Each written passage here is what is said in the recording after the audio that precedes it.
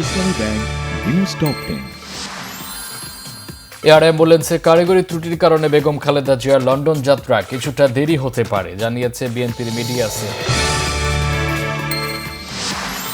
তারেক রহমানের স্ত্রী ডাক্তার জুবাইদা রহমান ঢাকায় আসবেন সকাল 9:30। চিকিৎসার জন্য বেগম জিয়াকে বিদেশে নেয়ার ক্ষেত্রে সব ধরনের সহযোগিতা করবে সরকার।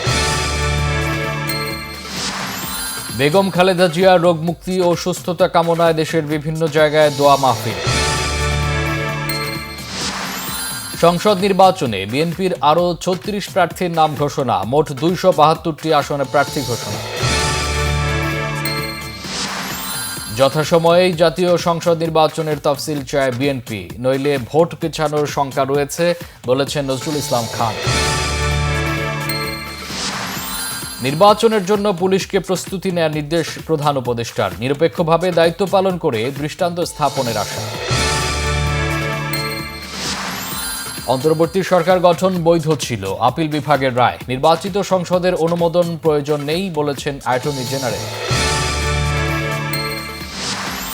ইসরায়েলকে সহায়তাকারী ও গাজায় ত্রাণের গাড়ি লুটে অভিযুক্ত পপুলার ফোর্সের প্রধান ইয়াসির আবু শাবাব নিহত।